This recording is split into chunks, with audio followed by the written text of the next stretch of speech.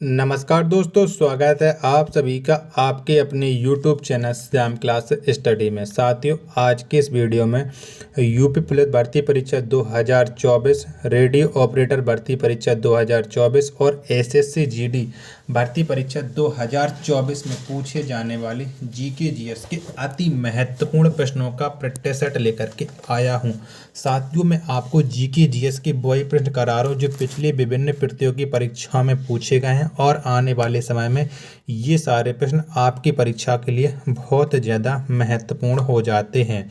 तो प्यारे साथियों, आज की इस वीडियो को पूरा ध्यानपूर्वक देखिएगा और कमेंट बॉक्स में आपको बताना है कि आपने इस प्रैक्टिस सेट में से कितने प्रश्न हैं जो सही किए और ये प्रैक्टिस सेट आपको कैसा लगा। प्रैक्टिस सेट पसंद आए तो वीडियो को लाइक, कमेंट और चैनल को सब्सक्राइब करना ना भूलें। तो चलिए शुरू करते हैं। तो पहला प्रश्न आपके सामने कि संविधान सभा का पहला अधिवेशन कहाँ हुआ था? तो कहाँ पर हुआ था? तो संविधान सभा का जो पहला अधिवेशन हुआ था वो दिल्ली में हुआ था। कहाँ पर? दिल्ली में हुआ था। एक का आंसर ऑप्शन संख्या ए हो जाएगा। प्रश्न संख्या 2 है आपके सामने कि पाप से डरो पापी से नहीं, यह कथन किसका है? तो किसका है? तो पाप से डरो पापी से नहीं, ये जो कथन है ये महात्मा गांधी का है। किसका है? महात्मा गांधी का। 2 का आंसर ऑप्शन संख्या सी हो जाएगा। प्रश्न संख्या 3 है आपके सामने कि कोचीन का जुड़वा नगर कौन है? तो कौन सा है? तो कोचीन का जो जुड़वा नगर है वो है एर्नाकुलम। कौन सा है? एर्नाकुलम। 3 का आंसर ऑप्शन संख्या बी हो जाएगा। प्रश्न संख्या 4 है आपके सामने कि बाइबिल का सर्वाधिक लोकप्रिय चरित्र क्या है? तो कौन सा है बाइबिल का सर्वाधिक लोकप्रिय चरित्र? तो ये है सैमसन। कौन सा है? सैमसन है। 4 का आंसर ऑप्शन नंबर डी हो जाएगा। प्रश्न संख्या 5 है आपके सामने कि पैगंबर साहब का उपदेश किसमें है? तो किसमें है पैगंबर साहब का उपदेश? ये आपको बताना है। तो पैगंबर साहब इनका जो उपदेश है वो है हदीस में। किसमें? हदीस में है। 5 का आंसर ऑप्शन नंबर ए हो जाएगा। प्रश्न संख्या 6 आपके सामने की पवित्र पुस्तक हदीस किस भाषा में लिखी हुई है? तो कौन सी भाषा में लिखी हुई है हदीस? तो हदीस लिखी है अरबी भाषा में। किसमें? अरबी भाषा में। 6 का आंसर ऑप्शन संख्या सी हो जाएगा। प्रश्न संख्या 7 है आपके सामने कि जैन धर्म में मानव का अंतिम लक्ष्य क्या होता है? तो क्या होता है? तो जैन धर्म में मानव का अंतिम लक्ष्य निवारण होता है। 7 का आंसर ऑप्शन संख्या सी। प्रश्न संख्या 8 है आपके सामने कि स्वर्ण मंदिर के गुंबज को सोने से किसने सुशोभित करवाया? तो किसने करवाया था? तो स्वर्ण मंदिर के गुंबज को सोने से सुशोभित महाराजा रणजीत सिंह ने करवाया था। 8 का आंसर ऑप्शन संख्या सी इस प्रश्न का राइट आंसर हो जाएगा। प्रश्न संख्या 9 है आपके सामने कि बौद्ध धर्मावलंबियों के पूजा स्थल को क्या कहा जाता है? तो क्या कहा जाता है? तो ये चैत्य कहा जाता है। 9 का आंसर ऑप्शन नंबर ए हो जाएगा। प्रश्न संख्या 10 है आपके सामने कि भगवान कृष्ण के गुरु कौन थे? तो कौन थे? तो भगवान कृष्ण के जो गुरु थे वो ऋषि संदीपन थे। 10 का आंसर ऑप्शन नंबर बी हो जाएगा। प्रश्न संख्या 11 है आपके सामने कि नंदनी गाय किसके पास थी? तो किसके पास थी? तो जो नंदनी गाय है ये थी ऋषि वशिष्ठ के पास। किसकी? ऋषि वशिष्ठ के पास। 11 का आंसर ऑप्शन नंबर डी हो जाएगा। प्रश्न संख्या 12 है आपके सामने कि विश्व प्रवासी पक्षी दिवस कब मनाया जाता है? तो कब मनाया जाता है? तो विश्व प्रवासी पक्षी दिवस ये प्रति वर्ष 8 मई को मनाया जाता है। 12 का आंसर ऑप्शन संख्या ए हो जाएगा। प्रश्न संख्या 13 है आपके सामने गरुड़ पक्षी किस देश का राष्ट्रीय प्रतीक है? तो कौन से देश का ये राष्ट्रीय प्रतीक है गरुड़ पक्षी? तो ये है स्पेन का। 13 का आंसर ऑप्शन संख्या बी हो जाएगा। प्रश्न संख्या 14 आपके सामने के बर्डमैन ऑफ इंडिया के नाम से कौन प्रसिद्ध है? तो कौन है? तो इस बर्डमैन ऑफ इंडिया के नाम से प्रसिद्ध है डॉक्टर सलीम अली। 14 का आंसर ऑप्शन संख्या बी हो जाएगा।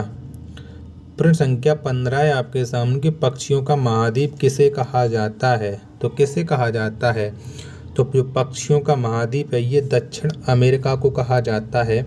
15 का आंसर ऑप्शन संख्या बी हो जाएगा। प्रश्न संख्या 16 है आपके सामने कि भारत का सबसे बड़ा चिड़ियाघर कहाँ है। तो कहाँ पर है, तो भारत का जो सबसे बड़ा चिड़ियाघर है ये कोलकाता में है। कहाँ पर है, कोलकाता में। तो 16 का जो आंसर होगा वो ऑप्शन संख्या ए हो जाएगा। प्रश्न संख्या 17 है आपके सामने कि विश्व का सबसे बड़ा चिड़ियाघर है। तो कौन सा है विश्व का सबसे बड़ा चिड़ियाघर, तो क्रूज पार्क। कौन सा, क्रूज पार्क है विश्व का सबसे बड़ा चिड़ियाघर। 17 का आंसर ऑप्शन नंबर डी हो जाएगा। प्रश्न संख्या 18 है आपके सामने कि गजलों का जनक किसे कहा जाता है। तो किसको कहा जाता है गजलों का जनक, तो मिर्जा गालिब को। किसे, मिर्जा गालिब को गजलों का जनक कहा जाता है। 8 का आंसर ऑप्शन संख्या सी हो जाएगा। प्रश्न संख्या 9 है आपके सामने कि लोक प्रशासन का जनक किसे कहा जाता है। तो किसे कहा जाता है, तो लोक प्रशासन का जनक वुडरो विल्सन को। किसको, वुडरो विल्सन को। 19 का आंसर ऑप्शन संख्या ए हो जाएगा। यूपी पुलिस भर्ती परीक्षा 2024 सर पर है और आप लोग लगातार प्रैक्टिस सेट की बुक ढूंढ रहे हैं कि हम कौन से बुक से प्रैक्टिस सेट लगाएं।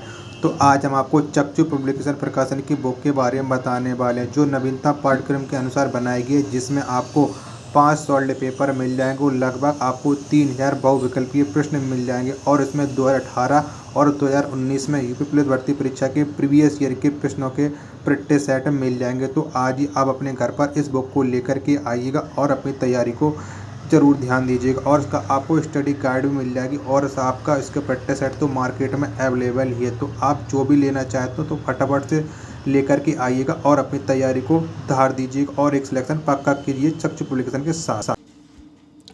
प्रश्न 20 है आपके सामने कि विक्रमशिला विश्वविद्यालय की स्थापना किस शताब्दी में की गई।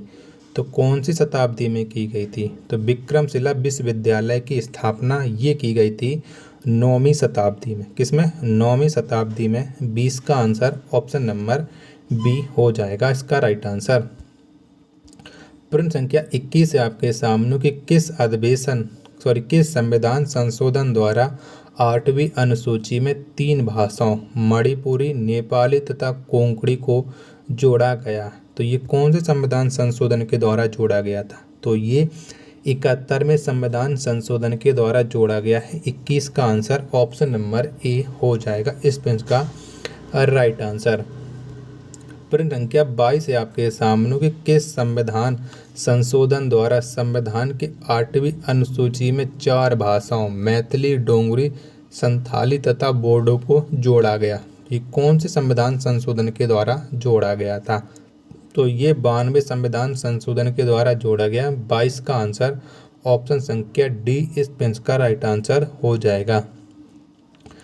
प्रश्न संख्या 23 है आपके सामने किस अनुच्छेद के तहत राष्ट्रपति को राजभाषा आयोग गठन करने का अधिकार है। तो कौन से अनुच्छेद के तहत राष्ट्रपति राजभाषा आयोग का गठन कर सकता है, तो ये कर सकता है अनुच्छेद 344 के तहत। किसके, 344 के तहत। 23 का आंसर ऑप्शन संख्या ए हो जाएगा। प्रश्न संख्या 24 है आपके सामने कि विश्व का सबसे प्राचीन ज्ञात लिखित भाषा है। तो कौन सी है, तो विश्व की सबसे प्राचीन और लिखित भाषा ये है सुमेरियन। 24 का आंसर ऑप्शन संख्या बी। प्रश्न संख्या 25 है आपके सामने कि देश का प्रथम हिंदी भाषी साक्षर जिला कौन है। तो कौन सा है, तो देश का प्रथम हिंदी भाषी साक्षर जिला ये है नरसिंहपुर। कौन सा है, नरसिंहपुर। 25 का आंसर ऑप्शन संख्या सी हो जाएगा। प्रश्न संख्या 26 है आपके सामने कि एयरफोर्स फ्लाइंग कॉलेज कहाँ पर स्थित है। तो कहाँ पर है एयरफोर्स फ्लाइंग कॉलेज, तो ये जोधपुर में है। 26 का आंसर हो जाएगा ऑप्शन संख्या ए। प्रश्न संख्या 27 है आपके सामने कि रोड रिसर्च इंस्टीट्यूट कहाँ है, तो कहाँ पर है, तो रोड रिसर्च इंस्टीट्यूट ये है नई दिल्ली में। 27 का आंसर ऑप्शन संख्या बी हो जाएगा। प्रश्न संख्या 28 है आपके सामने कि फिल्म सलाहकार बोर्ड की स्थापना किस वर्ष की गई, तो कब की गई है फिल्म सलाहकार बोर्ड की स्थापना, तो 1961 में। कब, 1961 में हुई है फिल्म सलाहकार बोर्ड की स्थापना। 28 का आंसर ऑप्शन संख्या डी हो जाएगा। प्रश्न संख्या 29 है आपके सामने कि फिल्म प्रभाग की स्थापना मुंबई में कब हुई, तो कब हुई है, तो फिल्म प्रभाग की स्थापना मुंबई में 1948 में हुई है। 29 का आंसर ऑप्शन संख्या ए इस प्रश्न का राइट आंसर हो जाएगा। प्रश्न संख्या 30 है आपके सामने कि फिल्म फेयर पुरस्कार की शुरुआत किस वर्ष की गई, तो कब की गई है फिल्म फेयर की शुरुआत, तो 1953 में। कब, 1953 में हुई है फिल्म फेयर पुरस्कार की शुरुआत। 30 का आंसर ऑप्शन संख्या बी इस प्रश्न का राइट आंसर हो जाएगा। प्रश्न संख्या 31 है आपके सामने कि रेलवे मेल सर्विस कब शुरू की गई, तो कब की गई है, तो रेलवे मेल सर्विस ये शुरू की गई है 1907 में। कब, 1907 में। 31 का आंसर ऑप्शन संख्या सी हो जाएगा। प्रश्न संख्या 32 है आपके सामने कि महात्मा गांधी के सचिव कौन थे, तो कौन थे, तो महात्मा गांधी के जो सचिव थे वो थे महादेव देसाई। कौन, महादेव देसाई थे महात्मा गांधी के सचिव। 32 का आंसर ऑप्शन संख्या डी हो जाएगा। प्रश्न संख्या 33 है आपके सामने कि हाइड्रोलॉजी में किसका अध्ययन किया जाता है, तो किसका अध्ययन होता है हाइड्रोलॉजी में, तो इसमें होता है पानी का अध्ययन। किसका, पानी का अध्ययन। 33 का जो आंसर होगा वो ऑप्शन संख्या सी इस प्रश्न का राइट आंसर हो जाएगा। प्रश्न संख्या 34 है आपके सामने कि तेल शोधक कारखानों से प्रदूषण के रूप में कौन सी गैस निकलती है, तो कौन सी गैस निकलती है, तो तेल शोधक कारखानों से प्रदूषण के रूप में SO2 यानी सल्फर डाइऑक्साइड निकलती है। 34 का आंसर ऑप्शन नंबर बी इस प्रश्न का राइट आंसर हो जाएगा। प्रश्न संख्या 35 है आपके सामने कि ग्राम पंचायत का चुनाव कौन कराती है, यानी कौन कराता है, यहाँ पर कर लीजिएगा मिसप्रिंट टाइपिंग। तो ग्राम पंचायत का जो चुनाव कराता है वो राज्य चुनाव आयोग कराता है, यानी 35 का आंसर ऑप्शन संख्या बी इस प्रश्न का राइट आंसर हो जाएगा। प्रश्न संख्या 36 है आपके सामने कि प्रथम राष्ट्रीय ध्वज कब फहराया गया था, तो कब फहराया गया था, तो प्रथम राष्ट्रीय ध्वज ये फहराया गया था 7 अगस्त 1906 को। कब, 7 अगस्त 1906। 36 का राइट आंसर ऑप्शन संख्या ए हो जाएगा। प्रश्न संख्या 37 है आपके सामने कि विशाल समुद्री जहाज टाइटैनिक किस वर्ष डूबा था, तो कब डूबा था टाइटैनिक, तो टाइटैनिक 1912 में डूबा था। 37 का आंसर ऑप्शन नंबर बी हो जाएगा। और लास्ट प्रश्न है आज के इस टेस्ट सेट का कि लोकसभा के पिता के रूप में कौन जाने जाते हैं, तो किसे जाना जाता है लोकसभा के पिता के रूप में, तो जीबी मावलंकर को लोकसभा के पिता के रूप में जाना जाता है। 38 का आंसर ऑप्शन संख्या डी इस प्रश्न का राइट आंसर हो जाएगा। तो साथियों अगर आपको ये प्रैक्टिस सेट पसंद आया हो तो प्लीज़ वीडियो को लाइक, कमेंट और चैनल को सब्सक्राइब करना ना भूलें। मिलते हैं अपन नेक्स्ट वीडियो में, तब तक के लिए धन्यवाद। जय हिंद मेरे प्यारे साथियों।